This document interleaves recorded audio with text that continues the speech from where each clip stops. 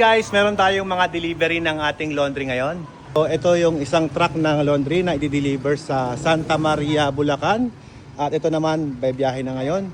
Laundry din ang laman yan. So, ito guys, tayo po ay dealer ng LG. So, ito po yung mga units na available sa atin. Napakarami po niyan. Ayan o, nandun po yan sa likod. Right. So, madami po tayong installation ng laundry ngayon. At hintayin nyo lang guys, yung ating mga ice machines na i-display din natin sa part na to. Ayan. Opya! Ayan, bibiyahe na yung truck natin. O, ingat sa biyahe. At dalawang truck yan dahil ang laundry na ganito, dahil bulky yan, hindi naman kakasya sa isang truck. So, dalawang truck ang gagamitin natin ngayong araw. Watermax yan, guys. Nagkaskasahan na yung gate niya. O, ayan, no. Ito yung isang truck. Dito kakarga yung isang, yung 10. Doon.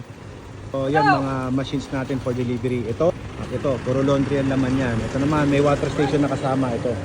Yan, yung may, baliktad eh, no?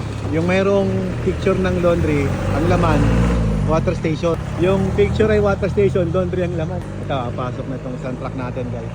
Itong isa, loaded na rin to. Yan. So, we have 1, 2, 3, 4, at yung 6 na truck natin ay nakaalis na kanina dahil nahasama at late na po yung iba. Yo.